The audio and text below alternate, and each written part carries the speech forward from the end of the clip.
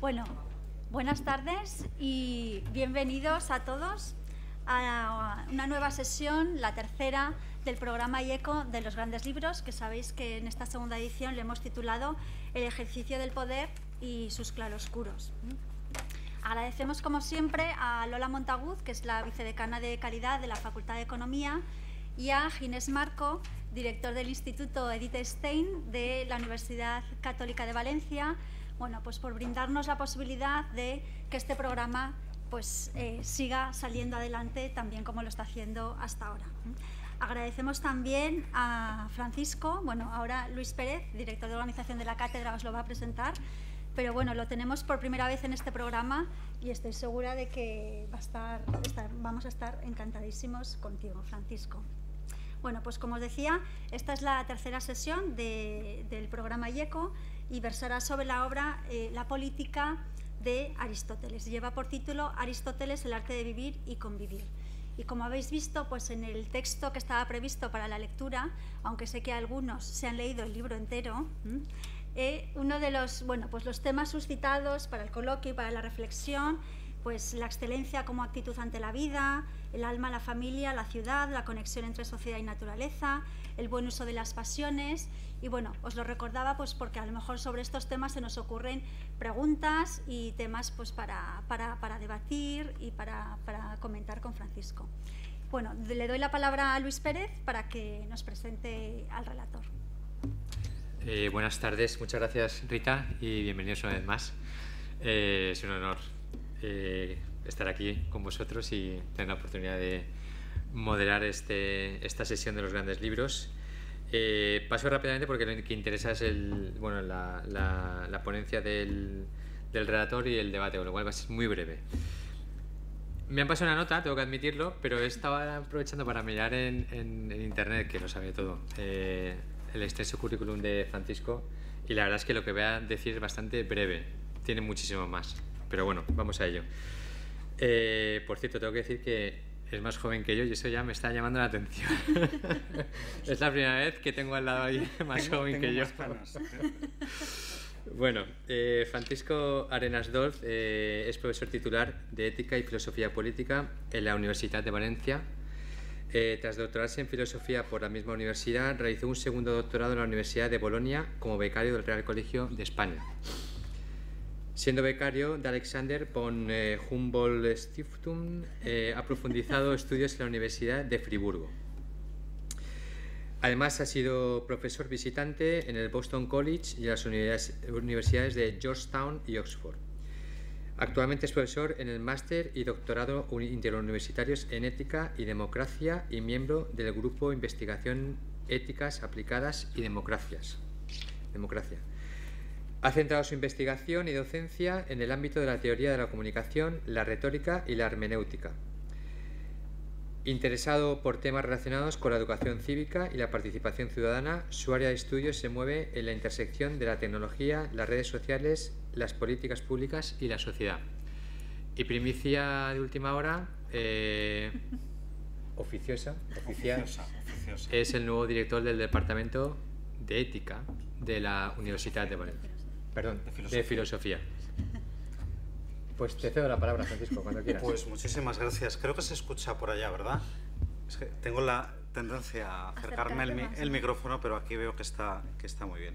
Bueno, pues muy buenas tardes. Gracias al IECO por la amable invitación a participar en estas charlas, en este programa de grandes libros, que como les decía el otro día a los organizadores, me parece que es muy importante pues el fomentar todo este tipo de iniciativas y de lecturas sobre grandes libros, porque creo que son esos grandes libros que hemos olvidado durante mucho tiempo los que pueden devolvernos a la gran tradición de la filosofía. La filosofía son sus libros, son los grandes clásicos, los grandes autores, y no tendríamos que haberlos abandonado nunca. Uno de los problemas que hemos tenido a lo largo del siglo XX ha sido el abandono de la lectura de los grandes clásicos, de las grandes obras, y el optar pues, por otro tipo de tendencias, de corrientes dentro de la filosofía, dentro de la docencia y la investigación de la filosofía, que creo que nos han llevado a un callejón sin salida y apartarnos del sentido fundamental. Entonces, bueno, yo cuando me invitaron a hablar sobre la política de Aristóteles, acepté inmediatamente el reto. Es un reto enorme. Yo he dedicado bastante tiempo a estudiar Aristóteles, a estudiar la ética, la política, hacer las obras que se consideran, que se sitúan dentro de lo que es la filosofía práctica de Aristóteles. Como saben, hay una filosofía teórica, compuesta por la metafísica, la física y otros escritos aristotélicos que tienen que ver con el ámbito de la filosofía práctica, donde situaríamos lo que es las éticas de Aristóteles, las tres éticas, la política, la retórica, también la Constitución de Atenas y otra serie de escritos menores sobre las virtudes y los vicios, o los escritos económicos también de Aristóteles o del pseudo Aristóteles, ¿no? Entonces, ese es el ámbito en el que yo me he movido fundamentalmente, es decir, el ámbito de la filosofía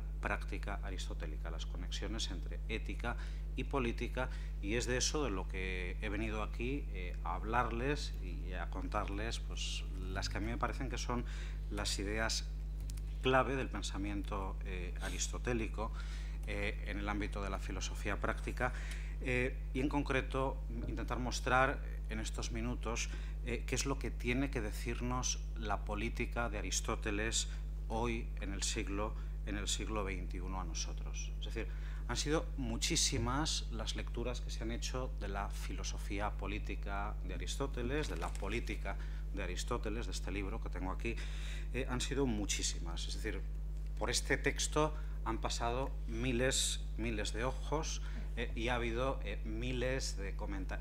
cientos de comentaristas, no sé si miles, pero sí cientos, y me consta, que han comentado el texto de la política de Aristóteles desde la Edad Media hasta este momento, ¿no? Ha sido Aristóteles un autor que ha sido ensalzado por unos, vituperado por otros, amado y odiado a la vez. Por eso digo que, claro, creo que es importante hacernos, para comenzar, esta pregunta. Es decir, ¿es posible restaurar el pensamiento aristotélico hoy en día? Es decir, las ideas de Aristóteles en torno a la política, es decir, ¿qué nos pueden decir hoy a nosotros? Fíjense que esa pregunta se la formulaba ya Aristóteles en su tiempo, en un ambiente en el que la filosofía ya no gozaba de buena salud. Es decir, Aristóteles es un autor del siglo IV, y en el siglo IV ya no estamos en el siglo V, es decir, estamos en una época en la que la filosofía entra profundamente en crisis. Es decir, Aristóteles piensa la política en una época de crisis profunda de los modelos teóricos. Es decir, en ese contexto en el que hay una profunda crisis a nivel teórico en la sociedad, Aristóteles pretende repensar los asuntos humanos, porque de eso es de lo que tiene que ver la política, de los asuntos humanos, pues repensar estos asuntos de una manera integral. Como digo, la filosofía en la época de Aristóteles no gozaba de buena salud, como tampoco goza de buena salud en el momento actual, y ahí es precisamente donde Aristóteles se plantea los problemas, ¿no? Es decir, en un contexto en el que lo que hay es un aumento de la retórica, de la sofística frente a la filosofía, es decir, en un ambiente en el que hay una desconexión cada vez más grande entre el lenguaje, es decir, piensen el lenguaje de los políticos, y la realidad. Es decir, en un contexto en el que los problemas son cada vez mayores, los problemas a nivel práctico, y las propuestas teóricas son cada vez menores, por no decir que son nulas, ¿no? Es decir, en ese contexto, Aristóteles lo que quiere es reproponer la filosofía, reproponer el pensamiento filosófico para tratar de dar una respuesta a los problemas políticos teóricos y también prácticos, sin olvidar esa dimensión filosófica que es central en el autor, ¿no? ¿Y todo esto por qué? Pues porque para Aristóteles porque es importante hacer esta reflexión para Aristóteles, para fortalecer el sentido que tiene la convivencia humana. Por eso, a esta pregunta general, ¿no? ¿Qué tiene que aportarnos, qué puede aportarnos la filosofía política de Aristóteles a nosotros hoy día? Podríamos decir que, en primer lugar, lo que nos propone Aristóteles es una reflexión en torno a lo que significa la sociabilidad humana. Ese sería el primer aspecto. Una reflexión en torno a qué es una ciudad. La política de Aristóteles es una filosofía de la ciudad, una filosofía de la polis, una filosofía en la que lo que se busca es cómo articular la mejor ciudad, la mejor comunidad política posible, adaptada al modo de ser del ser humano. Es decir, ¿cuál es esa forma de ciudad? No la ciudad ideal platónica, sino cuál es la forma. Es decir, existe una forma de polis, una forma de ciudad que pueda adaptarse al modo de ser natural, añade Aristóteles, del ser humano. Claro, todo esto suscita en nosotros cuestiones que tienen que ver, por ejemplo, con qué significa una vida de calidad, qué tipo de vida es preferible, una vida teórica o una vida práctica, es decir, una vida basada en el conocimiento, en la reflexión, o una vida centrada en la acción. Todo este tipo de cuestiones son cuestiones que se plantea Aristóteles. Y fíjense, una reflexión de John Henry Newman a propósito de esto, en la que dice Newman lo siguiente, cito. Dice: mientras dure el mundo, durará la opinión de Aristóteles en estas materias, se refiere a la política, pues él es la voz de la naturaleza y de la verdad. Mientras seamos hombres, no tenemos más remedio que ser, en gran medida, aristotélicos, pues este gran maestro no hizo sino analizar los pensamientos, los sentimientos, las visiones y las opiniones de la humanidad. Él nos ha dicho el significado de nuestras propias palabras e ideas antes de que naciéramos. En muchas materias, pensar correctamente es pensar como Aristóteles, y nosotros, lo queramos o no, somos sus discípulos, aunque ni siquiera lo sepamos. Fíjense, es decir, para Newman, la voz de Aristóteles es la voz de la realidad, por decirlo de alguna manera, ¿no? Es la voz que nos está diciendo lo que son las cosas en la realidad, a pesar del prejuicio que hemos vivido durante muchos siglos, ¿no? Sobre todo a partir de la Ilustración, en la que se consideraba que lo antiguo, que el pasado, era un valor inferior al presente, ¿no? Es decir, no se puede identificar a Aristóteles como un autor, simplemente un autor antiguo, es decir, un autor arcaico, es decir, un autor que no puede decirnos nada a nosotros. Es decir, ese es un prejuicio que nosotros hemos heredado de la tradición ilustrada.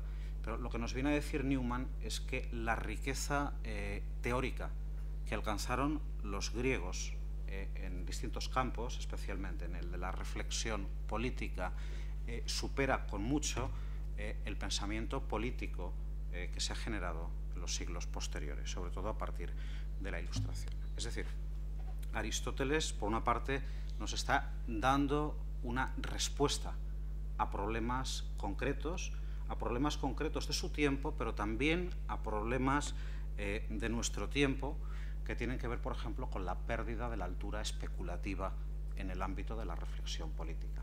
Es decir, ese es un tema en el que Aristóteles piensa y es un tema en el que también nosotros deberíamos pensar un poco. Es decir, lo moderno, por tanto, no es lo más elevado, no es lo superior, sino que a lo mejor en el pasado encontramos pensamientos mucho más consolidados y mucho más profundos en este sentido que ciertas reflexiones contemporáneas. Es decir, lo que no podemos es trivializar a los clásicos, porque si trivializamos a los clásicos y los eliminamos, ¿no? Al final nos condenamos a repetir y volver a repetir la historia, ¿no? Mi mujer trabaja en el ámbito del marketing, ¿no? Y me dice que el concepto de clásico en ámbito del marketing es fatal, ¿no? Decir que algo es clásico, ¿no? Es estar en contra de la moda, en contra de todo este tipo de cuestiones, ¿no? Pues bueno, yo soy partidario de reivindicar lo clásico, porque si no reivindicamos lo clásico y no volvemos a ello, pues al final tenemos que estar continuamente pensando cosas que ya han sido pensadas, que ya han sido dichas, y es importante volver a ellas para, a partir de lo dicho y lo pensado por los clásicos, poder pensar el futuro, es decir, poder pensar juntos ese futuro. Pero si nos olvidamos de los clásicos, difícilmente vamos a poder anticipar los problemas que van a surgir en el futuro. Por eso, fíjense que Aristóteles también trata de huir de esos extremos, ¿no? Y trata de situarse en una especie de justo medio, ¿no?, entre lo que es la tradición y lo que es la modernidad, tratando de buscar una serie de alternativas. En segundo lugar, el texto de la política de Aristóteles. En la política, Aristóteles nos muestra, a pesar de que algunas veces resulta bastante difícil la lectura, ¿no? El texto de Aristóteles,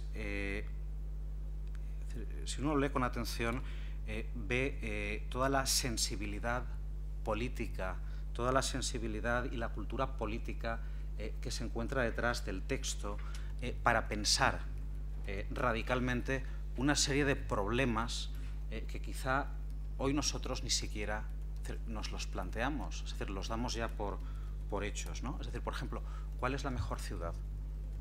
¿No? Es una cuestión que Aristóteles está continuamente pensando en la ética, en la política. Es decir, nosotros cuando pensamos en una ciudad, lo primero que se nos viene a la cabeza son los edificios, por ejemplo. No pensamos que la ciudad son los ciudadanos, es decir, los que viven en la ciudad. Pensamos en los muros. Es decir, nosotros tenemos una mentalidad, fíjense en eso, muy poco sensible para pensar lo que es la ciudad. Pensamos en el urbanismo, en lugar de pensar realmente en que lo que hace una ciudad son los ciudadanos y no las murallas que rodean a esa ciudad, ¿no? Entonces, como digo, esa sensibilidad hacia la realidad es una cuestión importante en el pensamiento de Aristóteles. El pensar, por ejemplo, cuál es como les decía antes, cuál es la mejor forma de vida, cuál es la vida que merece la pena ser vivida. Nos revela un Aristóteles preocupado profundamente por lo que son las cuestiones humanas, por la antropología, no en el sentido moderno de la antropología cultural, sino la antropología entendida como la entendía Aristóteles, en el sentido de una anthropinesofía, es decir, una sabiduría acerca de lo humano, una sabiduría humana, una ciencia humana, diríamos, pero no me malinterpreten con lo de ciencia humana. Es decir, en ese sentido la política de Aristóteles es más que lo que nosotros hoy entendemos por política.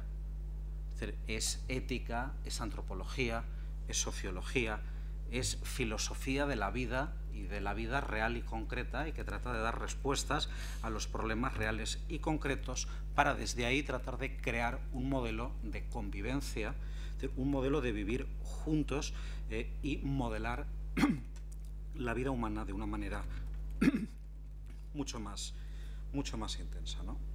Es decir, lo que trata de hacer Aristóteles es reflexionar sobre la condición humana, por decirlo de otra manera.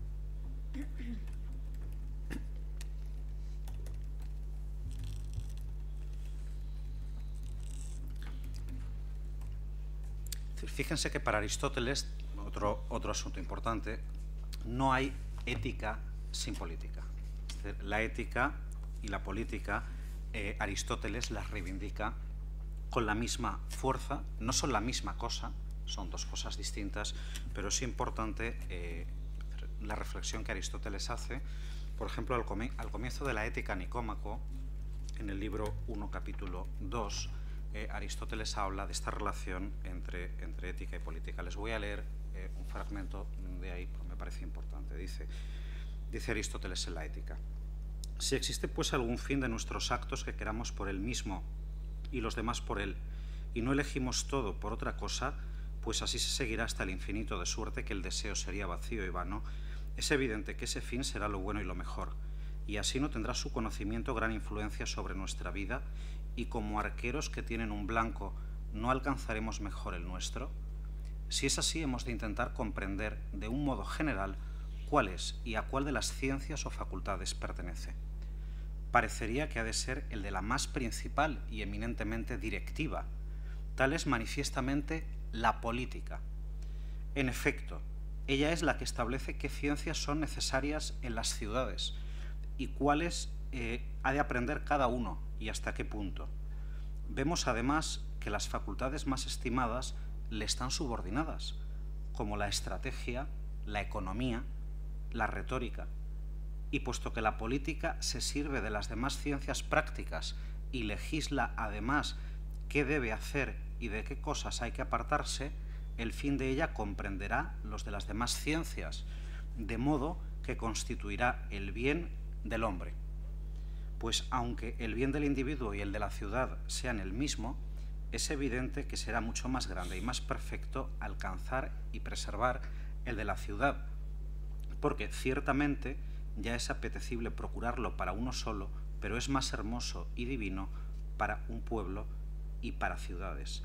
Este es pues el objetivo de nuestra investigación, que es una cierta investigación, una cierta disciplina política, dice Aristóteles.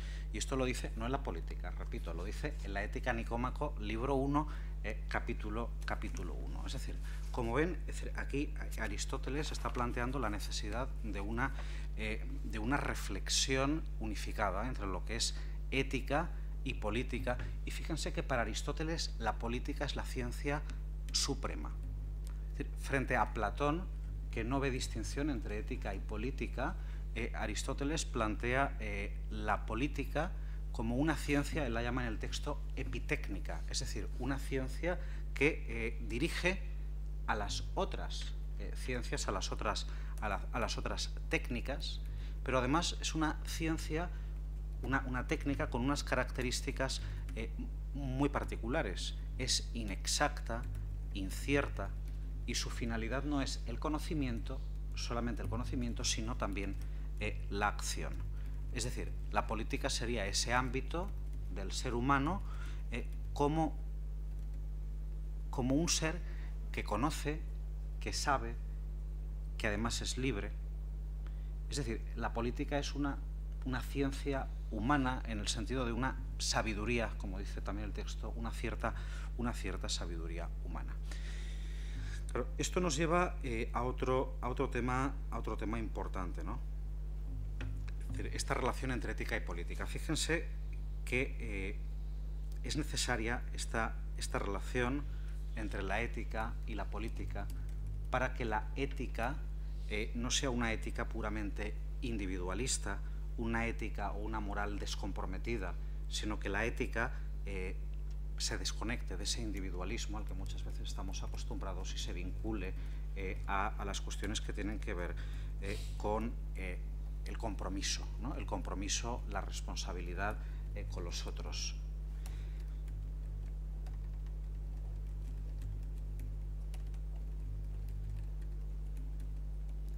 Es decir, si no pensamos esta relación entre ética y política, al final lo que tenemos es una moral completamente individualista, una moral descomprometida, y nos quedamos simplemente hablando de los fundamentos de la moral desde una perspectiva muy procedimentalista o muy general, ¿no? Por eso fíjense también otro aspecto importante: la política es la política de Aristóteles es una especie de vacuna contra cualquier planteamiento ideológico o contra cualquier tipo de utopía que pretende construir un Estado, es decir, al margen de ese compromiso y de ese trasfondo ético y moral. Por lo tanto, lo que hay en Aristóteles es un profundo sentido de la realidad, y Aristóteles de alguna forma trata de sobreponerse a la situación que existe en su contexto, que puede ser también la situación del nuestro, es decir, una situación en la que nosotros podemos desmoralizarnos muy fácilmente, viendo que nuestros políticos, por ejemplo, no son responsables, no están comprometidos, no siguen ningún tipo de principios éticos en su actuación. Pues bueno, Aristóteles también experimentó esa situación, y fíjense que frente a esa situación lo que hace Aristóteles es reivindicar la importancia que tiene el conocimiento de la realidad, porque solamente desde un profundo conocimiento de la realidad y de la naturaleza del hombre podemos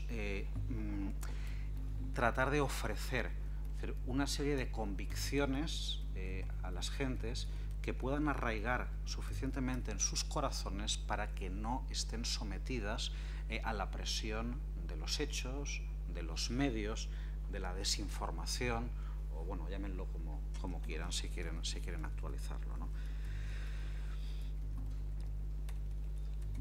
Pues fíjense, Aristóteles, el propósito es estudiar cuál es la mejor forma de organización de las ciudades, de las que realmente existen, es decir, no un tipo de ciudad ideal, sino de las que realmente existen. Él escribe en La Política, en 1260b-25, escribe lo siguiente, dice: vamos a considerar ahora con atención las comunidades políticas, para tratar de establecer cuál es la más apropiada para los que anhelan vivir de acuerdo con el mejor modo de vida.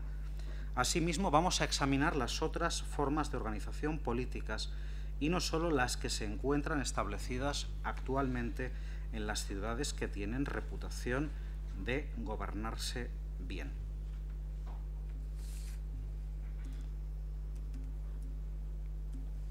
Es decir, fíjense aquí la importancia, ¿no?, como les decía, de todas estas cuestiones que tienen que ver con qué es una buena ciudad, cuál es no la ciudad ideal, sino cuál es la mejor forma de organización política, y bueno, y cómo podemos aplicar también esto nosotros hoy a nuestra realidad.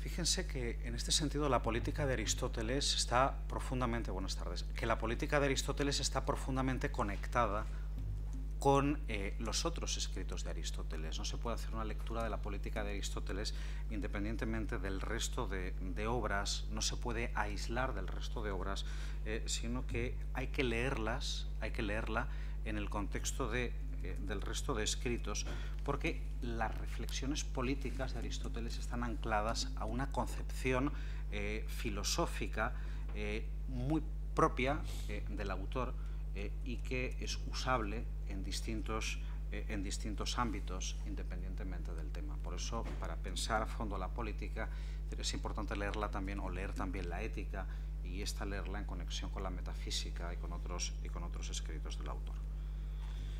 Fíjense que Aristóteles es una de las figuras más importantes de la filosofía occidental, ¿no? Hegel, por ejemplo, escribió sobre Aristóteles lo siguiente. Les leo unas líneas de las lecciones de filosofía de la historia de la filosofía de Hegel, ¿no?, donde dice: fue uno de los más profundos genios científicos que jamás ha existido, un hombre que nunca ha podido ser igualado. Por lo que se refiere al carácter general de Aristóteles, vemos que este abarca todo el horizonte de las ideas humanas, penetra en todos y cada uno de los aspectos del universo real y somete al poder del concepto la riqueza y la dispersión de todos ellos. No en vano la mayoría de las ciencias filosóficas le deben a Aristóteles sus distinciones y sus orígenes. Es decir, Aristóteles es una figura incuestionable, una figura que ha servido para acuñar un lenguaje filosófico que nos ha acompañado en toda nuestra tradición occidental y para instaurar una forma de conocimiento, ¿no? No voy a darles muchos. Tenía algunos datos aquí sobre la política, sobre Aristóteles, pero bueno, no sé si procede. Supongo que ubican al autor, la biografía. Él nace en esta gira en el 384 a.C. Y muere en Eubea en el 322. Él, como saben, fue discípulo de Platón, y a la muerte de Platón él esperaba ser el director no del departamento, sino él esperaba ser el director de la Academia de Platón a la muerte de Platón, pero por una serie de circunstancias, entre ellas la orientación matematizante que había tomado la Academia, fue nombrado Espeusipo, es decir, el sobrino de Platón, fue nombrado director de la Academia, y entonces Aristóteles en ese momento se marchó de Atenas, aceptó la invitación de un amigo suyo, Hermias, y allí, en Atarneo, se casó con con Pitíade, que era la hija adoptiva y sobrina de Hermias, y pasó unos años. Después, todos asociarán a Aristóteles con Alejandro Magno, ¿no? Es decir, Aristóteles recibió la invitación después de Filipo de Macedonia para convertirse en preceptor de Alejandro Magno, y durante 5 años Aristóteles tuvo que estudiar mucho para poder formar a Alejandro Magno en toda una serie de disciplinas, ¿no? Y aprovechó también para formarse en toda una cantidad de estudios, historia, literatura, política, ética, es decir, toda una serie de disciplinas que él tenía que enseñarle a Alejandro. Y bueno, tras esos años y tras la muerte de Espeusipo, el director de la Academia, Aristóteles regresa a Atenas. En la Academia nombran un nuevo sucesor y entonces se dice, bueno, ahora es mi oportunidad, voy a abrir mi propia escuela, y abrió una escuela que es el Liceo, como seguramente sabrán, donde él comenzó a desarrollar un tipo de actividad intelectual muy vinculada a Platón, pero en cierto sentido también distinta a la orientación que estaba tomando la Academia en esos momentos. Es decir, él creó lo que llamaríamos una especie de universidad privada, es decir, una especie de centro de investigación y estudios, donde pudo desarrollar su pensamiento, ¿no? Fíjense que tras la muerte de Alejandro en el 323 se producen toda una serie de reacciones en Atenas antimacedónicas, y entonces en ese momento los gobernantes de Atenas acusan a Aristóteles de impiedad. Fíjense que esto les recuerda algo, esto a Sócrates, ¿no? Pues bueno, Aristóteles no optó por beber la cicuta, como en el caso de Sócrates, sino que aceptó el exilio, se exilió a Calcis, y allí vivió durante una serie de años hasta que finalmente en el 322, a los 63 años, murió. Todo esto lo sabemos porque autores posteriores han glosado la vida de Aristóteles, nos han transmitido datos y se han podido reconstruir en varias vidas antiguas y medievales, se han podido reconstruir todos estos datos. Fíjense, esto no tiene el menor interés, pero era por situar al autor, ¿no? Sí que quiero centrarme ahora en una serie de cuestiones importantes en torno al libro, ¿no? Fíjense, la política está compuesta por 8 libros. De estos libros, el libro primero, muy esquemáticamente, nos habla del origen de la polis, es decir, de la ciudad, y de la casa, del demos, en griego. Y también plantea ese libro primero una serie de cuestiones muy importantes después, como son toda una teoría de la esclavitud natural, y toda una reflexión importante en torno a la economía, de la distinción, por ejemplo, entre economía y crematística. Es decir, cuestiones muy importantes. En el libro segundo, Aristóteles plantea una crítica a las filosofías políticas anteriores, a los modelos anteriores, principalmente a Platón. En el libro tercero, Aristóteles nos plantea una teoría general de lo que son las constituciones políticas a partir del concepto de ciudad y de ciudadano. Esos son el núcleo del libro tercero, el concepto de ciudad y el de ciudadano. El libro cuarto es una reflexión sobre las formas de gobierno y la distinción entre 3 formas rectas, y 3 formas desviadas. Es decir, las rectas serían monarquía, aristocracia y república o politeia, y las desviadas tiranía, oligarquía y democracia o demagogia. En el libro quinto nos habla de las patologías de la política y de la inestabilidad de los sistemas políticos. El libro sexto nos habla, se centra en dos formas políticas, como son la democracia y la tiranía. El libro séptimo nos habla de... El libro séptimo y el octavo se centran en temas que tienen que ver fundamentalmente con la educación, con plantear una teoría de la educación.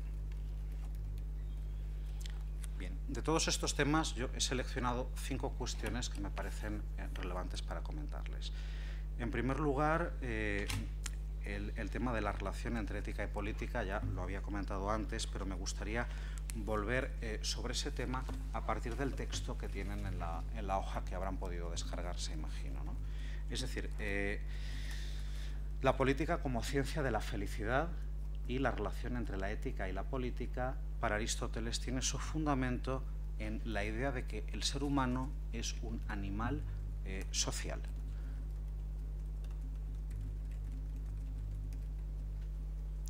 Y por tanto, la política tiene que ver precisamente con ese ser humano y aquello que distingue a ese ser humano.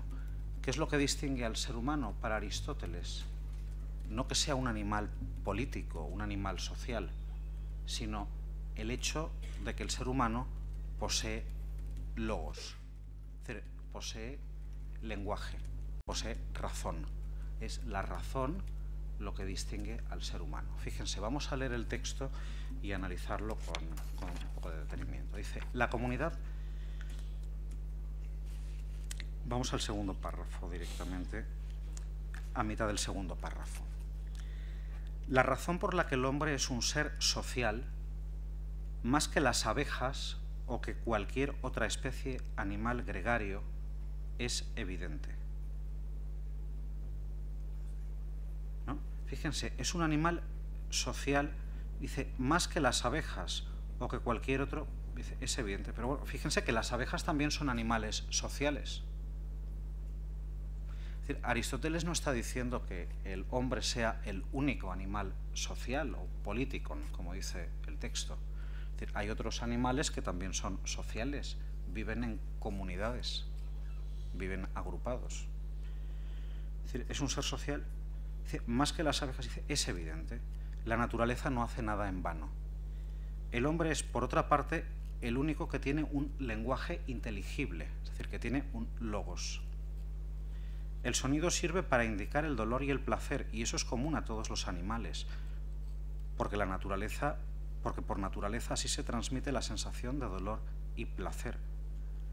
Ahora bien, el lenguaje inteligible sirve además para manifestar el propio interés, así como lo dañino o lo justo y lo injusto, siendo esto exclusivo del hombre, que así se diferencia de los demás animales al tener por ello el sentido del bien y del mal, el de lo justo y de lo injusto y todo lo demás que le es propio. Fíjense que aquí lo que distingue al ser humano respecto a otros animales no es la sociabilidad, sino la retoricidad, pero bueno, la capacidad de tener un logos, la capacidad de poder argumentar, de poder reflexionar, de poder exponer sus ideas.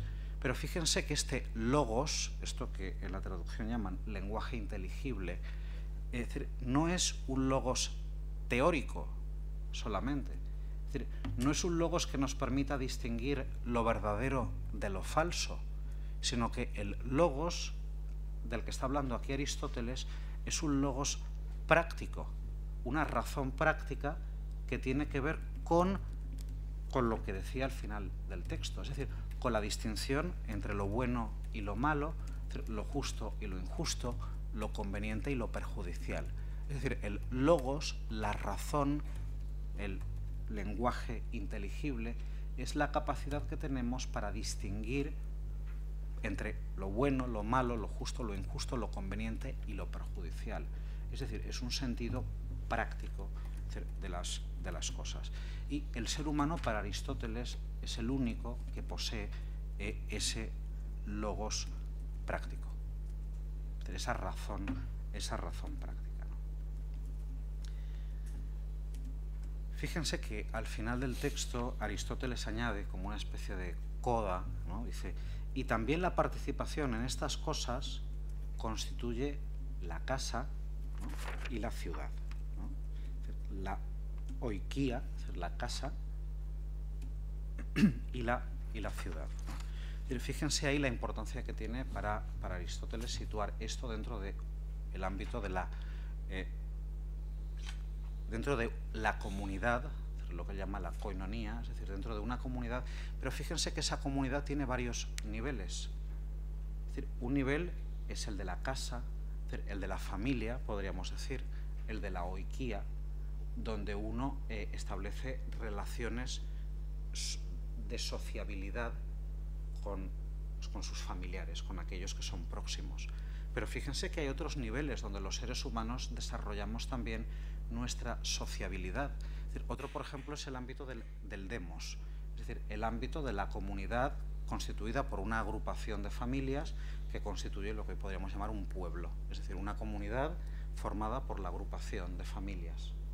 Es decir, ahí el ser humano también no es solamente sociable, como sería en el ámbito de la familia, sino que también que es social, en esa relación entre los miembros de las distintas familias que configuran un demos.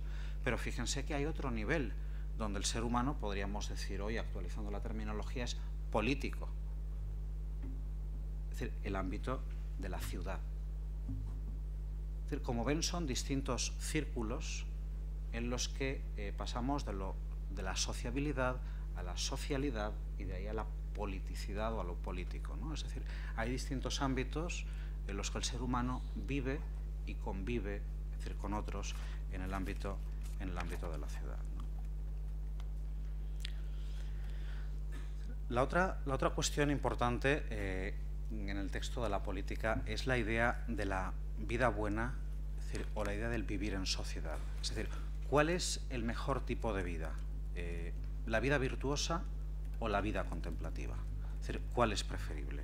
Bueno, pues Aristóteles, tanto en la Ética Nicómaco, en el libro 10, como en Política 7, el libro 7, capítulo 2, él trata de dar una respuesta a esas cuestiones. No voy a leerlas porque veo que vamos un poco ajustados con el tiempo, pero él ahí se plantea, a mi juicio se inclina más por la vida contemplativa, es decir, especialmente en el libro 10 de la Política. Es decir, Aristóteles parece inclinarse mucho más por la vida contemplativa, es decir, esa vida que tiene que ver con el gobierno de uno mismo, es decir, con la capacidad de ser autosuficiente, es decir, con la idea de autarquía, porque el conocimiento del bien, conocer el bien, nos sirve para orientar nuestras acciones en la vida. Por eso el conocimiento y la vida contemplativa para Aristóteles es de alguna forma un tipo de conocimiento superior al práctico.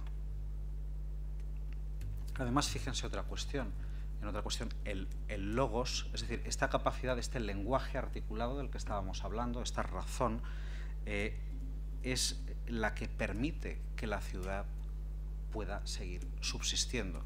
Si no hay logos en la ciudad, si no hay razonabilidad, si no hay razón en nuestras relaciones, se pierde la convivencia, se pierde lo fundamental. Por eso Aristóteles, tanto en la Ética Nicómaco como en la Política, insiste mucho en la importancia que tiene la deliberación. Hay que deliberar sobre los asuntos que son comunes para tratar de buscar y asegurar esa vida buena dentro de la ciudad y esa perdurabilidad de la ciudad. Por lo tanto, fíjense las ideas de comunidad, de participación, de amistad, la filía, por ejemplo, a la que Aristóteles le dedica el libro 8 y 9 de la Ética Nicómaco, es fundamental. O, por ejemplo, dentro de este ideal de vida buena, la distinción, por ejemplo, que hace, como les comentaba antes, en la ética Nicómaco, en la política, en el libro primero, entre una crematística natural y una crematística comercial. Es decir, una crematística natural que estaría al servicio de lo que son las necesidades básicas de la casa y que tiene un límite natural, y a esa crematística natural se opondría otro tipo de crematística comercial que no tiene límite, es decir, que nos lleva exclusivamente a la búsqueda del provecho pecuniario, etcétera, ¿no? Y el problema que se produce entre eso, ¿no? Es decir, la confusión que hay entre el valor de uso y el valor de cambio, ¿no? Por decirlo rápidamente, ¿no? Es decir, otra cuestión importante en la política, el tema de la ley, en griego el nomos, es decir, la idea del imperio de la justicia y de la ley. Es decir, fíjense que para Aristóteles el nomos, es decir, la ley, tiene una función educadora. Es decir, la ley no es simplemente una forma de coacción, el derecho no es coacción, sino que el derecho, es decir, la ley, permite transformar lo que son las tendencias naturales del individuo en virtud y de esa manera liberarnos de pasiones erróneas y tratar de orientar nuestra acción. Otro tema importante en la política, en política 7, en la política, el libro 8, el capítulo 3, es el tema del ocio. Fíjense que Aristóteles contrapone en el libro 8, capítulo 3, el ocio, que en griego se llama scholé y en latín otium, al trabajo. Es decir, a lo que en griego es la ascholía, o en latín el nec otium, de donde tenemos nosotros negocio, ¿no? Ocio y negocio. Y Aristóteles habla de la función importante que tiene el ocio en la sociedad.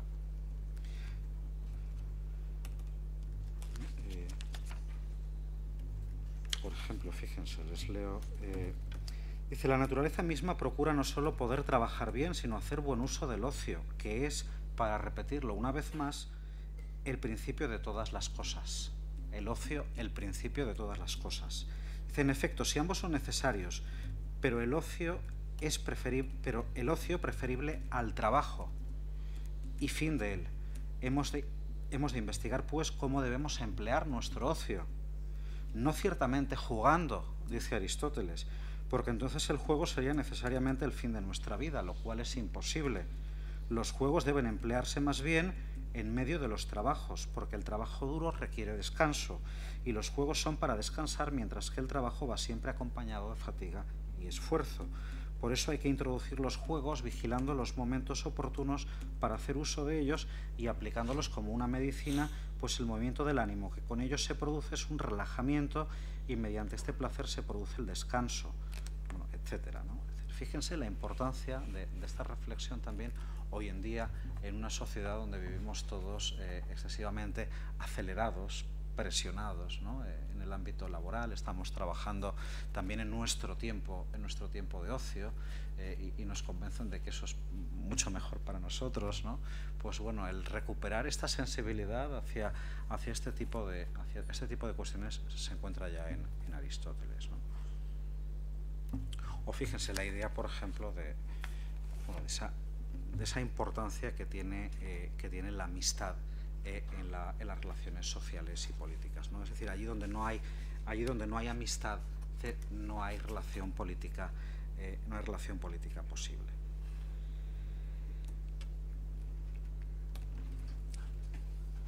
Claro, fíjense que todo esto, es decir, todas estas reflexiones que nos ofrece Aristóteles surgen en un momento de profunda inestabilidad, de profunda inseguridad en su sociedad, y Aristóteles con todo esto lo que trata es de poner las bases y procurar cierta seguridad, también cierta autoridad doctrinal para poder dar argumentos que nos lleven a vivir bien y tratar de justificar la importancia de esa vida plena, de esa vida excelente, de esa vida que necesariamente es una vida de convivencia con los otros. Es decir, lo que Aristóteles busca, como cualquier legislador, es tratar de buscar un orden político que sea estable, que nos permita vivir en paz, vivir en libertad, donde cada uno pueda ser protagonista de su propia historia en relación con los demás, en cada uno de esos ámbitos en los que nos socializamos con los demás, y en un momento en el que Grecia está sufriendo un cataclismo inmenso, porque la polis, es decir, esa ciudad, está ya disgregándose, y Alejandro Magno lo que está impulsando es una nueva política que tiende hacia un imperio universal. Es decir, en ese contexto en el que la política se convierte en una política con ciertos ideales imperialistas, de expansión o mucho más universales, Aristóteles lo que quiere es repensar la naturaleza política del ser humano. Es decir, repensar la política en clave antropológica, preguntarse por qué el hombre es un ser político por naturaleza, y cómo ese ser político por naturaleza lo que nos exige es vivir con otros, convivir con los demás, y hacer de esa vida política una vida plena que se desarrolla en la participación activa en la comunidad.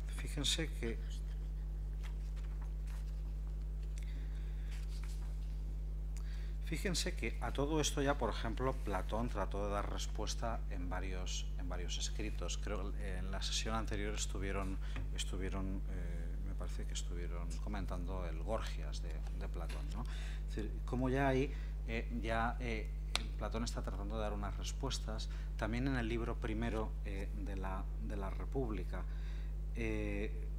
Platón trata de dar unas respuestas. Ahí en ese libro primero, por ejemplo, aparecen las figuras de Trasímaco, y en el Gorgias aparece Calícles, es decir, como dos figuras que representan esa lógica del individualismo, es decir, ese poder sin límites de la fuerza.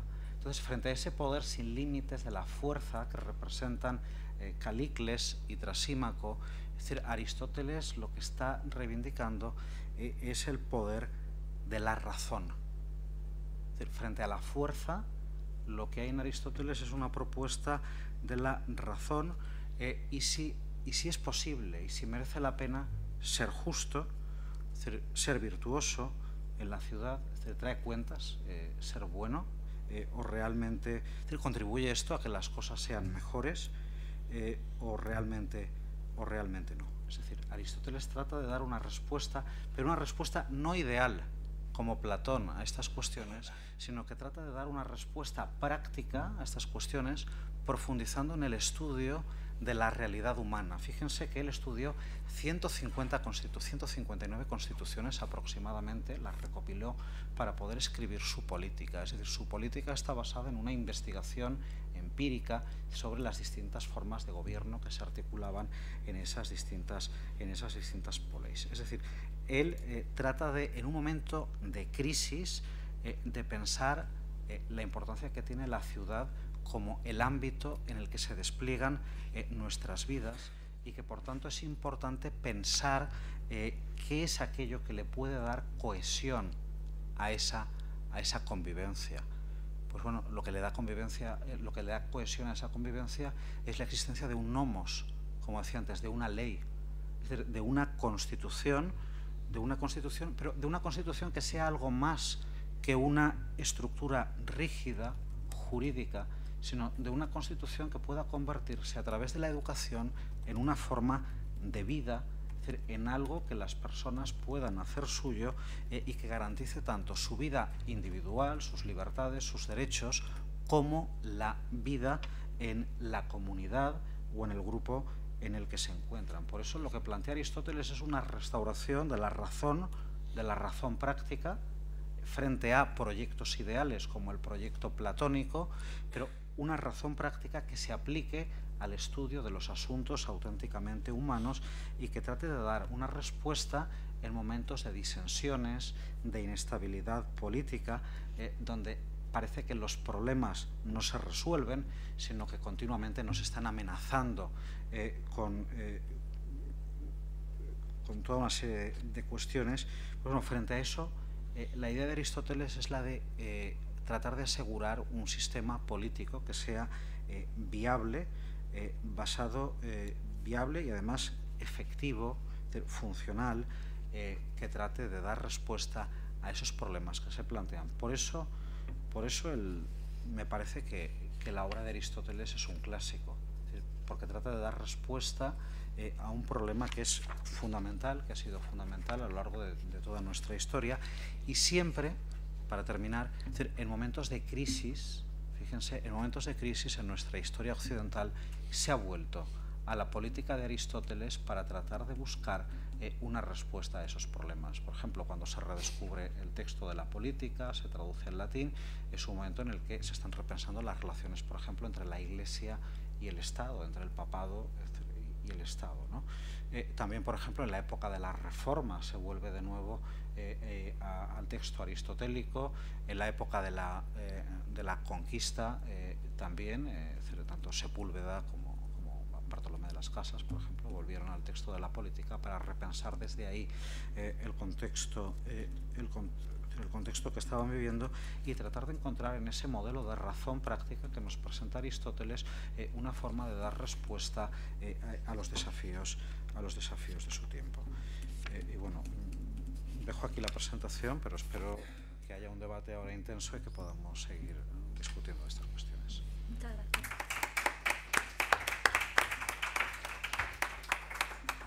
Muchas gracias, Francisco.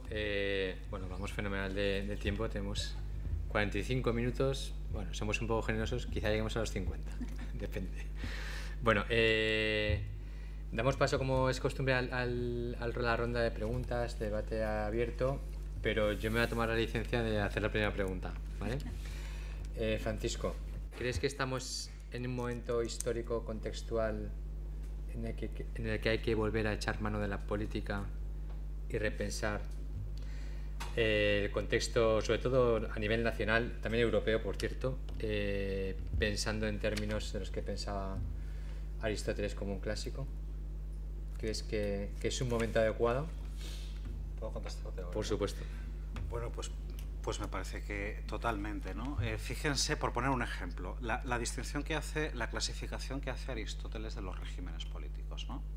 Él habla de formas rectas y de formas desviadas, 3 rectas y 3 desviadas. Las rectas son, estas formas se organizan en torno a quién gobierna. Si gobierna uno, si gobierna la minoría o si gobierna la mayoría. Es decir, uno, la minoría o la mayoría. Entonces, las formas rectas, si gobierna uno, es la monarquía. Si gobiernan una minoría, se llama aristocracia. Si gobierna una mayoría, es lo que se llama república o politeia. Las formas desviadas son, si gobierna uno, la desviada de la monarquía, la tiranía. La forma desviada de la aristocracia, la que gobierna uno, la oligarquía. Y la forma desviada del gobierno de la mayoría, que sería la politeia o la república, es la democracia. ¿Qué?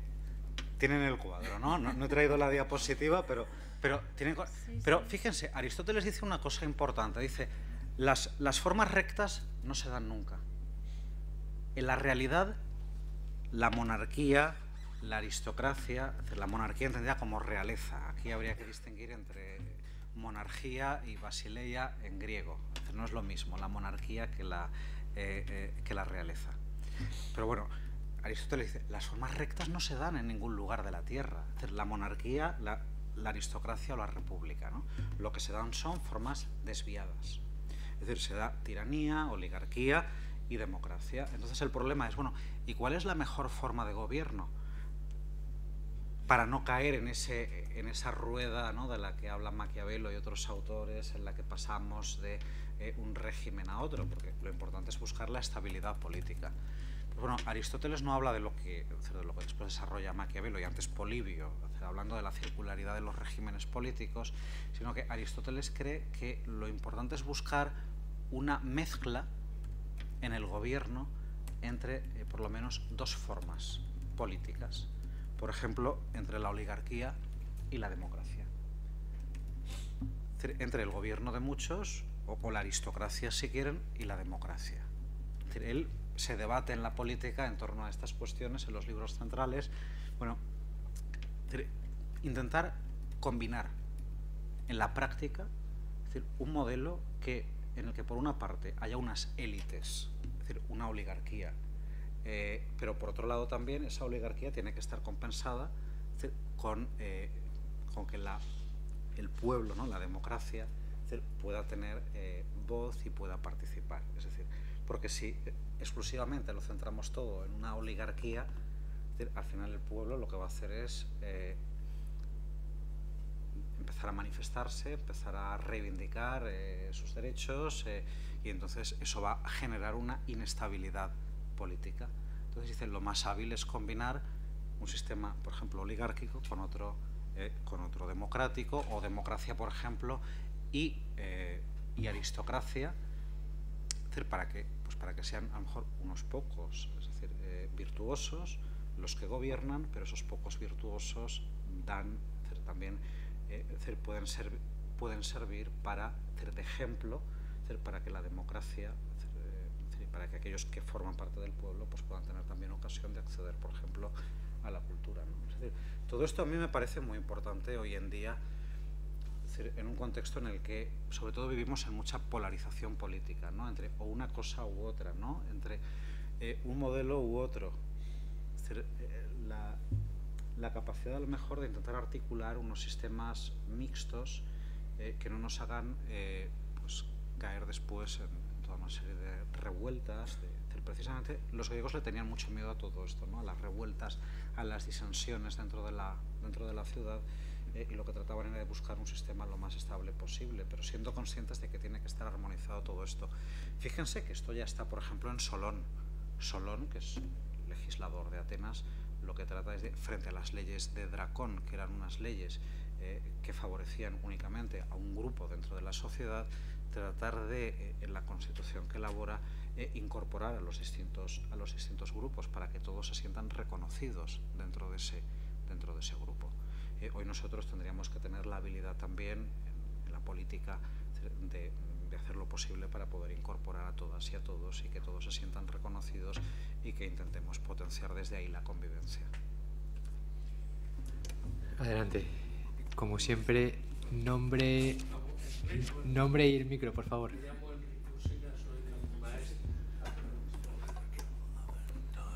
Me llamo Enrique Usina, soy maestro jubilado. Abundando sobre el asunto lo que me gustaría destacar es que cuál es la razón por la que Aristóteles considera que los sistemas rectos de gobierno se convierten en desviados. Y lo dice claramente con una frase muy, muy corta, y es que dejan de servir al objetivo de gobernar para los gobernados, para la sociedad, y empiezan a preocuparse de gobernar para sí mismos, para sus propios intereses. Esto me parece que se le puede sacar una virtualidad de actualidad para cualquier momento de la historia, incluido el actual. Eso es lo que considera Aristóteles en lo que consiste la desviación del buen gobierno, de cualquier tipo de gobierno, porque Aristóteles no rechaza ni la monarquía, ni la aristocracia, ni lo que llama el gobierno constitucional o república, que es curioso porque llama democracia al sistema desviado, precisamente. ¿Te llama la atención?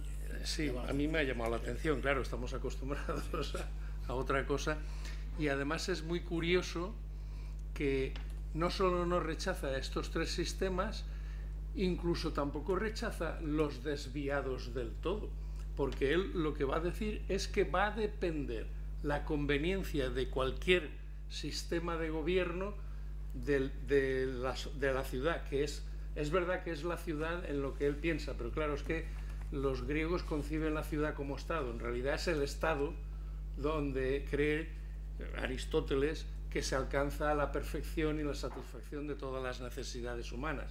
Es decir, que es verdad que es la polis, es la ciudad, pero la ciudad porque la entienden como Estado, no conciben el Estado como lo concebimos nosotros de una manera de país, ¿no? Estilo país.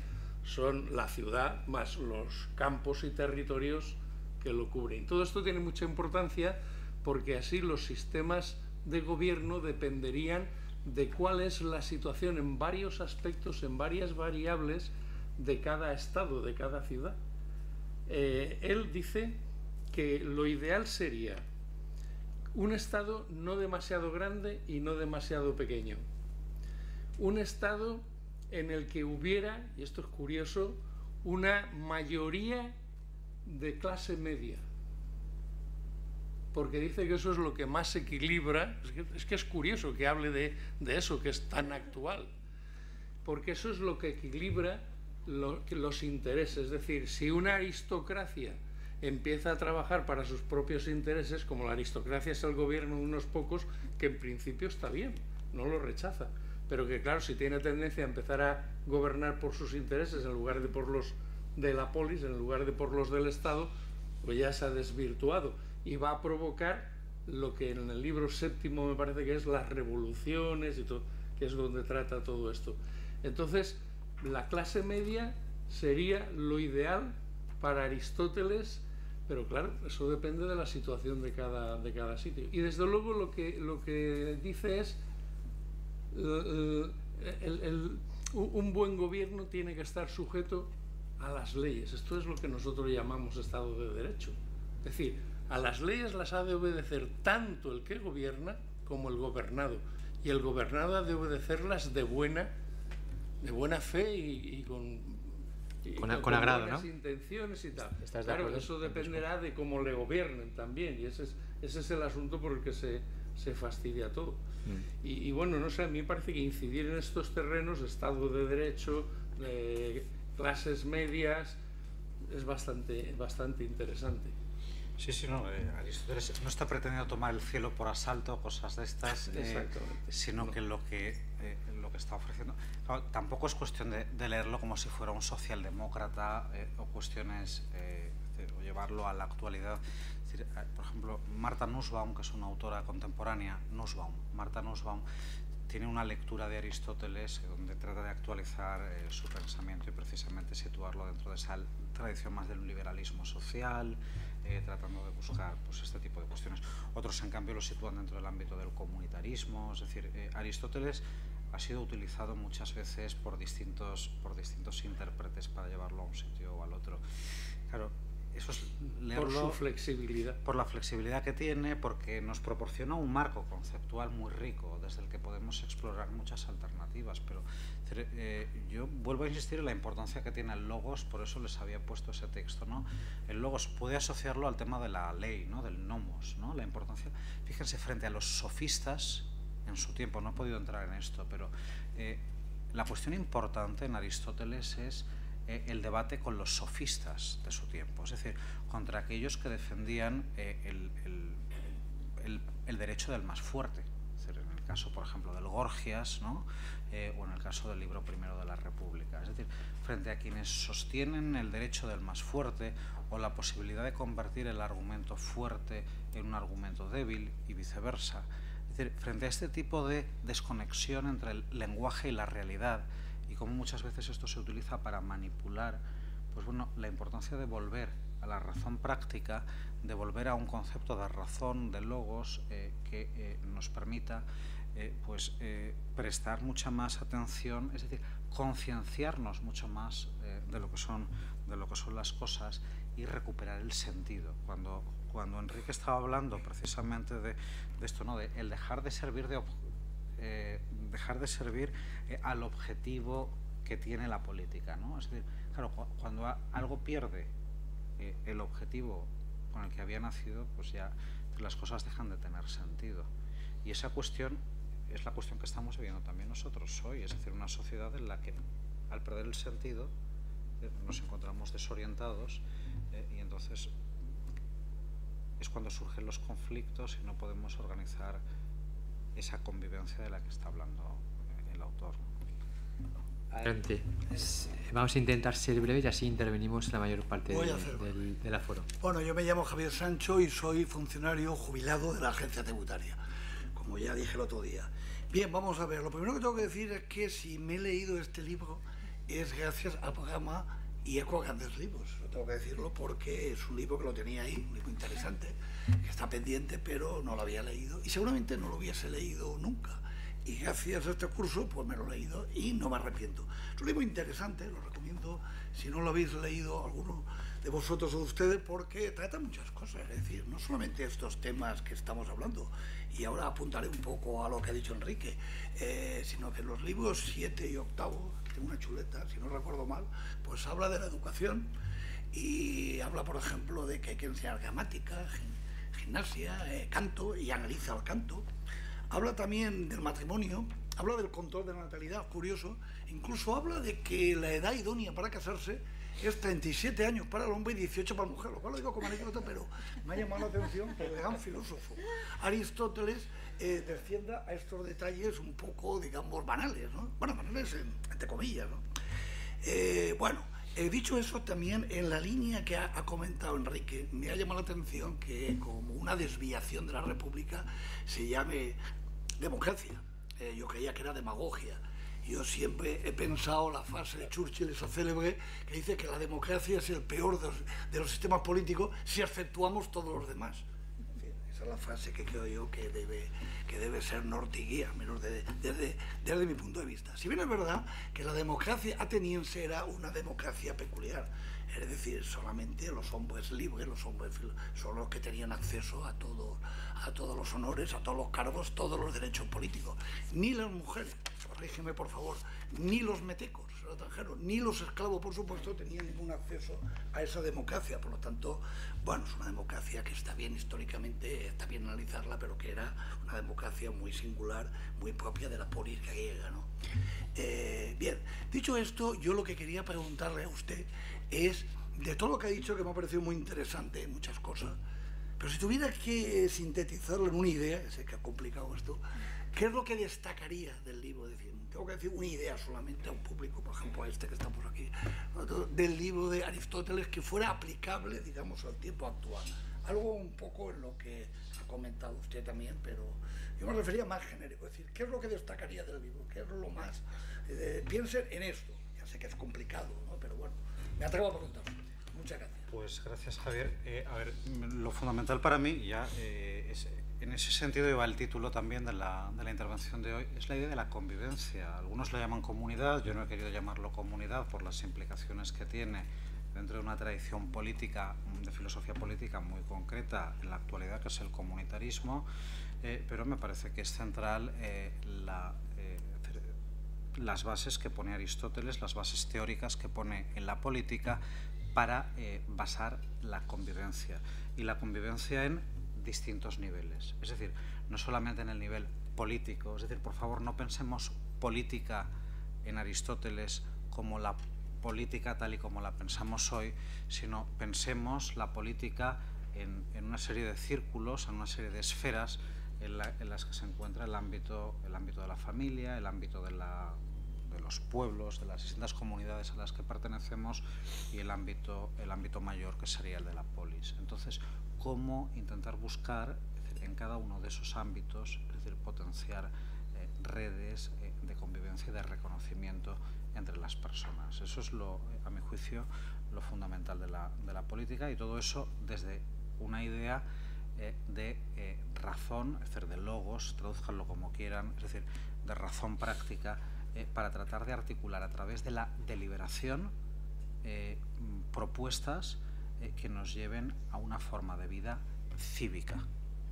Y precisamente esta articulación entre ética y política en Aristóteles tendrá en el Renacimiento, por ejemplo, ya en Cicerón y en otros autores, una idea fundamental, que es la del civismo, recuperar el civismo. Y esto está ya en la política de Aristóteles, en esa articulación entre ética y política. Adelante, Manuel, ¿querías intervenir? Manuel Guillén, Manolo, profesor de la casa. A mí me preocupa la formación política de los políticos. Y leyendo este libro te hace pensar muchas cosas, ¿no? Entre otras cosas, las ciencias políticas, los estudios en ciencias políticas en España han tenido poca trayectoria y poca trayectoria en el sentido de que pocas universidades los han implantado, aunque históricamente han estado ahí. Y además, actualmente me parece que no lo sé, desconozco realmente los contenidos, pero la visión pública que hay de esos estudios es bastante limitada. En Francia, por ejemplo, la formación de los políticos me parece que es mucho más rigurosa y al menos exige al que va a ejercer la política. Yo la pregunta va en ese sentido. ¿Podría ayudar el que formemos mejor a nuestros políticos? ¿Cuáles serían los contenidos que deberían recibir aquellos que fueran a ocupar cargos públicos? ¿Cómo podríamos hacer algo así? Pues gracias, Manolo, por la pregunta. A ver, el problema que yo veo a las ciencias políticas es que tienen una orientación muy técnica. Es decir, Aristóteles yo creo que también criticaría, es decir, esa cuestión, ¿no? Es decir, tenemos unas ciencias políticas en concreto que tienen una orientación muy técnica. Es decir, los programas de grados en ciencias políticas están orientados al estudio del sistema electoral, estudio de encuestas, es decir, están basados en cuestiones puramente técnicas, donde yo creo que lo que falta es un poco de espíritu, un poco de falta la reflexión teórica y profundizar en torno a este tipo de cuestiones filosóficas. Es decir, están más pendientes de, no sé, pues el estudio de las campañas electorales, el marketing electoral, ¿no? Con razón surgió aquí, ¿no? En la Universidad de Valencia un instituto de ciencias políticas que después ha tenido repercusión porque se constituyó después en un partido político, de ahí surgió un partido político, ¿no? Es decir, estaban más orientados hacia cuestiones de marketing, de cómo manejar las redes sociales y orientar a los votantes. Es decir, este tipo de cuestiones técnicas que son importantes, pero que claro, si no están acompañadas de una reflexión filosófica o humanística, si no queréis llamarla filosófica, una reflexión humana central, pues pierden todo lo que podrían dar hoy en día en el sentido crítico, en el sentido de hacernos más conscientes a todos de cuáles son las cosas importantes, ¿no? Pero esto además también necesitaría tener una articulación, la ciencia política, pues mucho más práctica, es decir, más enfocada, ¿no? Es que lo importante es resolver los problemas de la gente, ¿no? Es decir, el analizar los contextos y tratar de plantear soluciones reales a los problemas locales. Muchas veces el estudiante de ciencias políticas está encerrado en una biblioteca estudiándose el manual de ciencia política o estadísticas o cuestiones que tienen que ver con marketing, en lugar de salir a la realidad, ver los problemas y tratar de plantearse proyectos de aprendizaje-servicio, proyectos de resolución de problemas para tratar de dar respuesta a los problemas reales de la ciudadanía. Claro, con razón tenemos los políticos que tenemos, ¿no? Quiero decir que tendríamos que comenzar a transformar también los estudios dentro de la universidad, el currículum, y tratar de crear currículums más flexibles donde pudiéramos incorporar pues otro tipo de formación, otro tipo de saberes. Pero bueno, ya saben que la sociedad tiene problemas y la universidad departamentos, ¿no? Entonces es muy difícil entrar dentro de esa lógica, ¿no? Uno dice, no, es que esto es mío y tú aquí no vas a entrar, ¿no? Esto nos ha pasado muchas veces en filosofía, ¿no? Cuando hemos tratado de ofrecer docencia en otros centros, nos han dicho, no, esto lo hacemos nosotros. Y bueno, a lo mejor podríamos crear canales y abrir canales para colaborar y que se vieran distintas perspectivas. Nos estamos perdiendo muchas cosas por el camino, ¿no? Y Aristóteles, en ese sentido, es decir, lo que quería era articular, pues bueno, la técnica, pero también con la sabiduría práctica. Es decir, es importante la técnica, sí, pero es importante que vaya acompañada de un conocimiento teórico, es decir, filosófico, profundo, acerca de la realidad y también de la aplicación de ese conocimiento a la realidad concreta, ¿no?, en la que estamos viviendo. sé si... Gracias, Manuel. Tiene la palabra Ginés. ¿Quieres intervenir? Pues muchas gracias. Pues muchas gracias, desde luego, por tu intervención, Paco, por todo lo que nos has ido aportando en esta sesión y todo lo que vendrá después, porque vamos a leer la política, a releerla, pues con otros ojos después de todo lo que nos has ido indicando.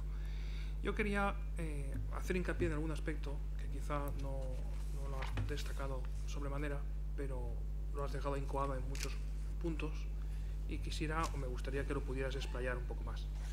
Y me estoy refiriendo al aristocratismo aristotélico. Es decir, cuando entendemos la política hoy, la entendemos muchas veces en clave de igualdad, de que todo el mundo puede acceder a la política, de que todo el mundo puede presentarse pues, a una candidatura, de que todo el mundo puede ser presidente del gobierno siempre y cuando pues, no tenga ninguna imputación previa y sea mayor de edad y sea ciudadano español, por el caso español. Pero en Aristóteles hay, digamos, un empuje, un impulso por el que hay no una apertura a la totalidad respecto a todos los candidatos posibles, todos pueden serlo, no, sino más bien hay un sesgo elitista, diríamos hoy, y que en el fondo lo que quiere decirnos, a mi modo de ver, es que hay mucha gente que no está preparada y no lo va a estar nunca, porque precisamente pues porque se ha dedicado a los negocios o porque ha tenido una mentalidad que no le ha llevado a la contemplación y por tanto no está en condiciones de mirar por el bien común, por el bien de toda la ciudad. Y ese énfasis elitista, digamos, se puede contrapesar, y me gustaría que lo hicieras, con la magnanimidad en Aristóteles, que es una cualidad por la que destaca respecto a otras aportaciones filosóficas anteriores y posteriores a él, y una magnanimidad, digamos, que, bueno, pues que no se enfoca tanto a la política, sino al hombre magnánimo, diría él, en un sentido más ético que político, más individual que colectivo, pero no deja de ser también sugerente para el ámbito político, precisamente cuando apreciamos hoy pues esa ausencia marcada de magnanimidad en muchos líderes o pseudolíderes políticos. Eso es lo que quería que comentáramos. Gracias, Ginés. Nos quedan unos 20 minutos, vamos a aprovecharlos. Perfecto, pues bueno, gracias, Ginés. Sí, a ver, las virtudes para Aristóteles, fíjense que no es lo que está en el medio. En el medio, es decir, aquí en medio, la virtud puede estar perfectamente, como en el caso de la magnanimidad, y está en el extremo. Es decir, las virtudes no son un punto ahí intermedio, tibio, donde uno no, sino que la virtud se da en el extremo. Aristóteles no defiende la igualdad, no es un pensador que defienda la igualdad, sino que, tienes razón, está defendiendo un ideal aristocrático, pero se trata de un aristocratismo que no es, claro, esto es complejo porque no es un aristocratismo de la sangre, para que lo entiendan, sino que es un aristocratismo del espíritu. Es un tipo de aristocracia que no tiene que ver con la nobleza de la sangre, no tiene que ver con uno nace en un contexto y no puede salir de ese contexto, como por ejemplo pensaba Platón, ¿no? Donde la sociedad estaba muy bien organizada y cada uno pues o era guerrero si tenía unas virtudes, era gobernante si tenía otras, o era trabajador manual durante toda su vida, ¿no? En el caso de Aristóteles, la virtud nos proporciona el ir perfeccionándonos. El cultivar las virtudes nos ayuda a un perfeccionamiento de nosotros mismos y a que podamos, de alguna forma, compartir o llegar a alcanzar una comunidad de ese aristocratismo del espíritu al que todos podemos acceder. Claro, la cuestión es, bueno, ¿hasta qué punto esto es posible? ¿Qué educación, qué modelo de educación podemos desarrollar para extender ese ideal aristocrático a toda la sociedad? Claro, por eso la democracia es el régimen más malo, es decir, dentro de las formas. Por eso sitúa Aristóteles ahí la democracia, porque esa democracia necesita ser compensada con un ideal aristocrático que esté presente en la sociedad y que contribuya, pues, a que todos podamos ir perfeccionándonos. Ahí es donde radica para mí la importancia hoy de las humanidades y de la filosofía. Es decir, la filosofía, como decía, utilizando el poema de Gabriel Celaya, es un arma cargada de futuro. Pues bueno, la filosofía es un arma cargada de futuro en el sentido de que puede servirnos para, precisamente, para impulsar dentro de la sociedad formas de pensar que nos ayuden a encaminarnos en esa idea de perfección, de perfeccionismo, ¿no? Y tratar de, ¿no?, de abrir ese ideal a todos. Claro, pero ¿hasta qué punto estamos dispuestos a hacer eso en nuestros sistemas educativos, por ejemplo? En potenciar capacidades, en potenciar a aquellos estudiantes que tengan mayores capacidades. ¿Hasta qué punto estamos dispuestos a elaborar una educación que sea lo más diversificada posible y que atienda los distintos intereses de los estudiantes, en lugar de crear una educación, ¿no?, que lo que hace es homogeneizar a todo el mundo y tratar de hacer que todo el mundo sea igual, ¿no? Es decir, a mi hija en el colegio, ¿no?, tiene 3 años, objetivo de 3 años en infantil, que sepa pintar, como dice ella, per laboreta. Pintar por laboreta es, bueno, sin salirse. Ese es el objetivo de 3 años en una escuela pública en Valencia, ¿no? Es decir, que sepa pintar sin salirse. Dicen que eso, bueno, que contribuye a la concentración, a meditar, a toda una serie de cuestiones. Pero claro, una niña de 3 años a lo mejor lo que quiere es, pues, empezar a pintar aquí, pintar allá, no sé. Claro, cuando empezamos ya a igualar a todos, ¿no?, y a crear un currículum cerrado, rígido, pues claro, no estamos contribuyendo a que cada uno desarrolle sus capacidades y que trate de ser mejor, y que sea diferente, es decir, y que cada uno saque todo el potencial que tiene. Es decir, la educación tendría que ser eso, ¿no? Es decir, ayudar a que cada uno saque todo su potencial. De hecho, en latín, ¿no?, educare, ¿no?, es exducere, es sacar algo. Si sacas algo es porque hay algo dentro. Entonces el maestro lo que estás ayudando a sacarlo. No está inducere, no está induciendo, no está metiendo cosas en la mente de la gente. Pero hoy en día parece que la educación tiene que ser meter currículum, meter contenidos, en lugar de ayudar a que salgan las cosas. A lo mejor si ayudáramos a que salieran las cosas, si diéramos tiempo, si creáramos más espacios para que la gente pudiera pensar, reflexionar, meditar sobre lo realmente importante, pues a lo mejor podríamos desarrollar un aristocratismo del espíritu, que es del que habla Aristóteles, pero también otros autores. Nietzsche, por ejemplo, que a mí me gusta mucho, la idea central de la gran política nietzscheana es esa, ¿no?, la de frente a la gran política bismarckiana, ¿no? Bueno, no. Adelante, Enrique, concretando mucho la pregunta. Sí, efectivamente, yo creo que habría que educar mejor a la sociedad, mejor a los políticos, y el problema es que no sabemos ese mejor cómo es ni en qué consiste, pero está claro que deberíamos de empezar a reflexionar seriamente en ello. Una de las razones, o quizá la razón principal por la que Aristóteles no huía del aristocratismo como medio de gobierno, es por la sencilla razón de que consideraba que era más fácil ahí que estuvieran los hombres virtuosos, los mejores, los más capacitados y los que, aplicando la virtud, tuvieran realmente más intención de gobernar para los demás y no para ellos mismos.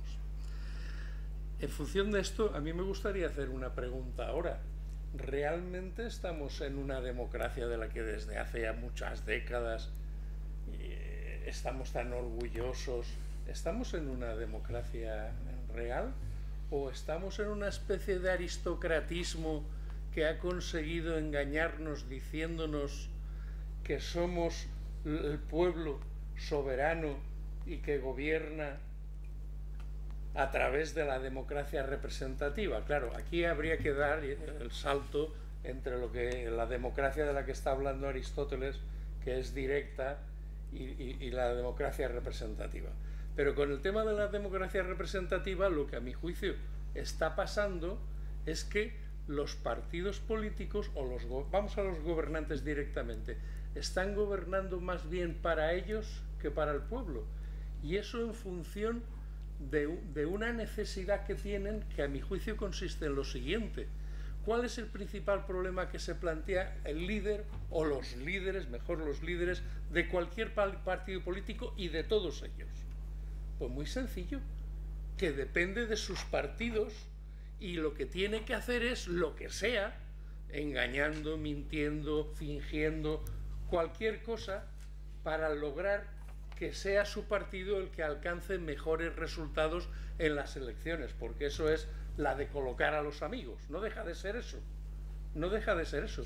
Y realmente, como esa necesidad, ese impulso es tan fuerte, y además son los propios partidos los que empujan a sus líderes hacia ellos, no esperemos que educándolos mejor y diciéndoles, mira, es que lo que tú tienes que perseguir, porque bobos no son seguramente demasiado listos, bobos no son, educados están, pero claro, los intereses humanos tienen mucha fuerza, eso es una soga, los intereses es una soga que tira con mucha fuerza, y entonces si yo estoy preocupado de lograr mejores resultados de los que el partido de al lado puede lograr y tal, es lo que estamos viendo precisamente en estos momentos. Por eso hay un juego de calculismo en el no, yo con este no me lío porque a ver si me va a hacer bajar porque tal. Es decir, que nosotros, el pueblo, la gente normal, los que no somos políticos, en realidad lo que estamos es a expensas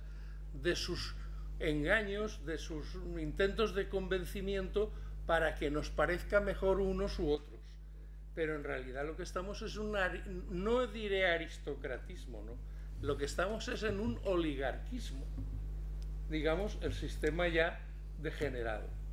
Y eso es así. Y esto yo creo que habrá que cambiarlo, pero no sé cómo, yo tampoco lo sé. Pero lo que no puede ser es que estemos a expensas. Esta facultad conocerá muy bien, por razones de eso, al gran economista Schumpeter, que decía, con respecto a esto de que el gobierno del pueblo soberano, tal, decía con todo cinismo y con toda claridad que la democracia es el gobierno de los políticos. Y eso es lo que está pasando, es el gobierno de los políticos. Y nos están manipulando, engañando, haciéndonos creer que son lo mejor, pero sin ninguna intención. Yo creo que nos ha quedado claro, Enrique. Vale, nos ha quedado claro. Seguramente me estaba No, es estupendo. Bueno, no sé Francisco. Si, a ver, es que has sacado un tema. Enrique, pero a ver, una cosa es la ordenación, la clasificación de las formas políticas que hace Aristóteles en su momento y para tratar de explicar la situación en su momento.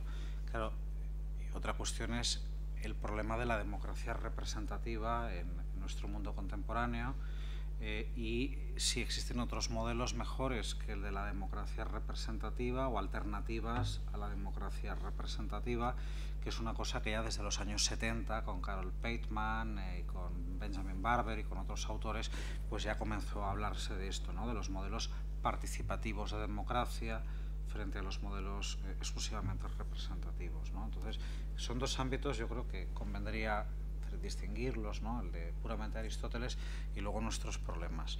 Es cierto que hoy vivimos en oligarquías, es decir, se llaman democracias formalmente, pero son oligarquías que combinan pues, oligarquía con ciertos principios de, bueno, usted puede ir a votar, pero después son ciertas oligarquías, llámalo partidos políticos o llámalo grandes corporaciones, que son las que realmente toman las decisiones y las que los lobbies, que son los que se ponen de acuerdo.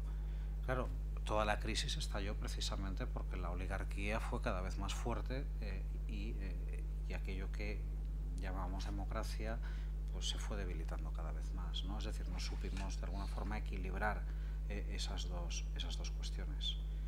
La cuestión sería cómo tratar de equilibrar estas cuestiones y cómo a lo mejor orientar la democracia, como creo que intentabas decir tú, ¿no? hacia un modelo de democracia que lo que fuera articular más eso que nosotros hemos dejado de lado, que es a la gente. Es decir, ¿cómo articular eso sin caer en la negación de lo otro? Es decir, diciendo, bueno, ¿cómo lo podemos? Pues a lo mejor reforzando. Yo hablaba antes del civismo. Bueno, reforzando el civismo. ¿Y qué significa el civismo? Pues bueno, no dejarlo todo en manos del Estado, ni tampoco en manos de las grandes oligarquías, sino tratar de activar a la ciudadanía, es decir, potenciar redes, por ejemplo, locales, potenciar la importancia que tienen las distintas asociaciones cívicas, para desde ahí tratar de dar voz a todas las personas y que las personas puedan implicarse, cada uno a su manera, en la solución de los problemas, ¿no? Es decir, y ahí, pues bueno, la cooperación con las organizaciones gubernamentales, con las empresas, pues es fundamental para tratar de articular proyectos conjuntos y desde ahí tratar de mejorar también nuestra convivencia hoy en día. Lo que está claro es que si lo hacen solamente, es decir, que el Estado, es decir, ya sabemos las consecuencias que tiene eso, ¿no? Es decir, si el Estado es el que lo dirige absolutamente todo. Si lo dirigen solamente las oligarquías económicas, pues eso también tiene una serie de consecuencias. Entonces, de lo que se trataría es de pensar modelos en los que todos pudiéramos colaborar y que además pudiéramos plantearnos objetivos comunes. Es decir, que nos planteáramos en nuestras acciones, en nuestros proyectos, es decir, bueno, ¿cuál es el sentido que tiene la política hoy para nosotros? Es decir, trabajar por el bien común, pues vamos a orientar nuestros proyectos en esa dirección, ¿no?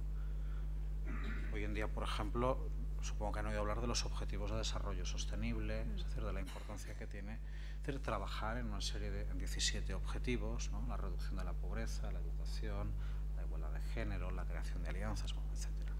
Pues bueno, eso pueden ser metas en nuestra sociedad hoy, se plantean como metas hacia las que podemos caminar, tratando de plantearnos proyectos en los que podamos colaborar desde distintos ámbitos, es decir, empresas, gobiernos, ciudadanos, académicos, y desde ahí tratar de diseñar respuestas a los problemas, pero es complejo todo esto.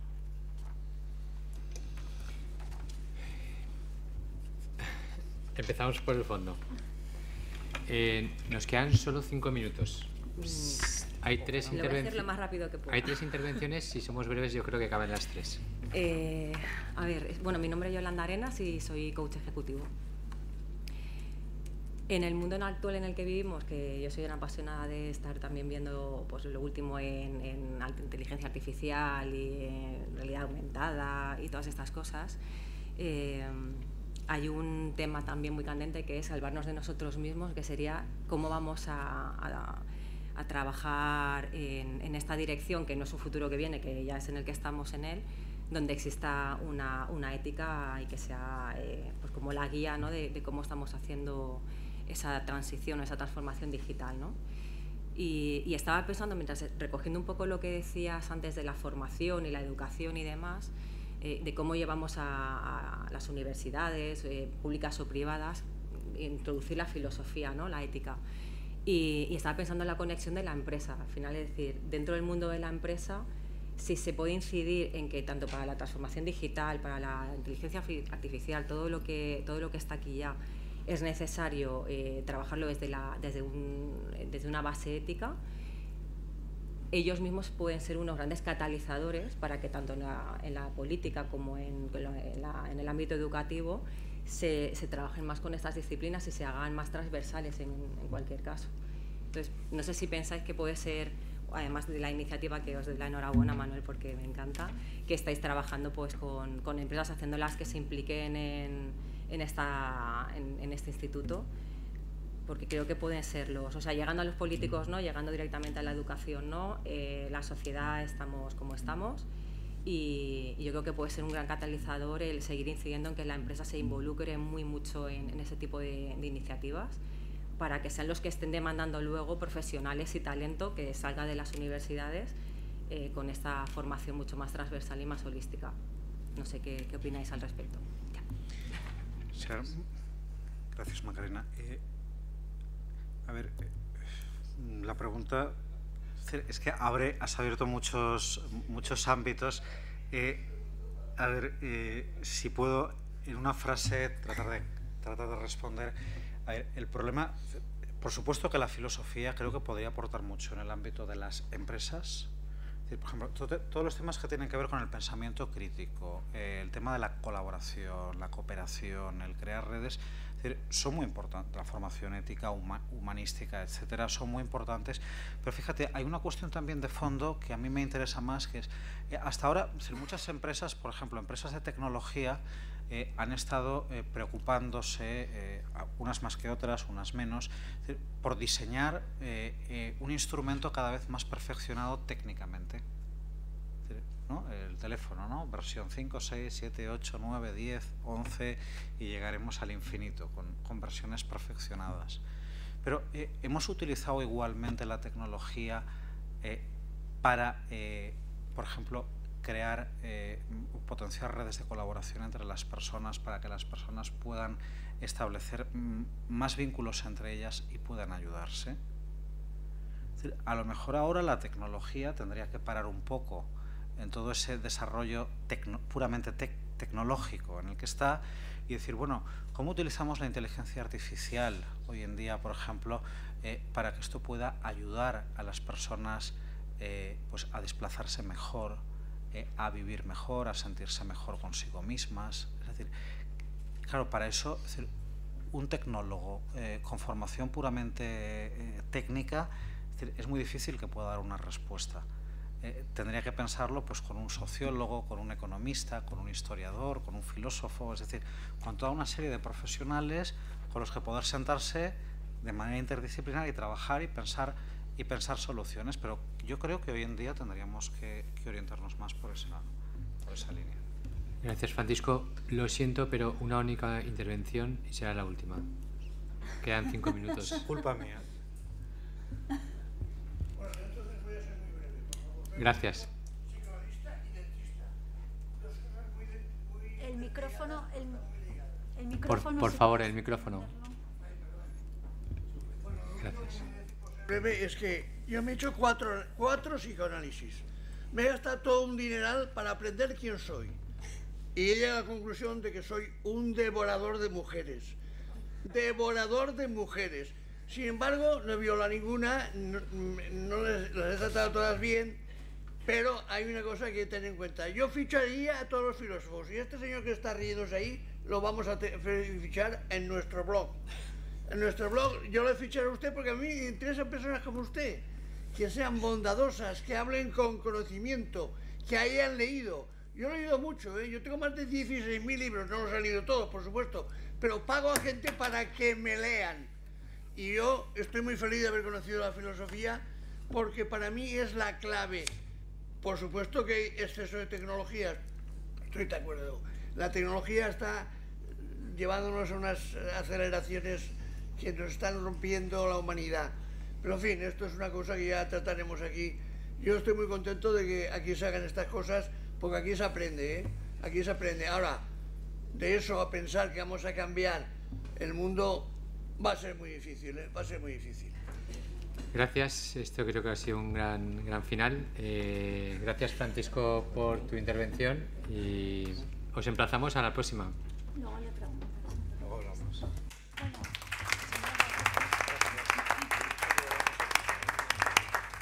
Muchísimas gracias, Francisco. Y nada, recordaros que nos vemos en la próxima sesión, que es el 12 de diciembre. Y con 12 de diciembre os mandaré mail recordando. Y nada, pues nos vemos entonces. Gracias.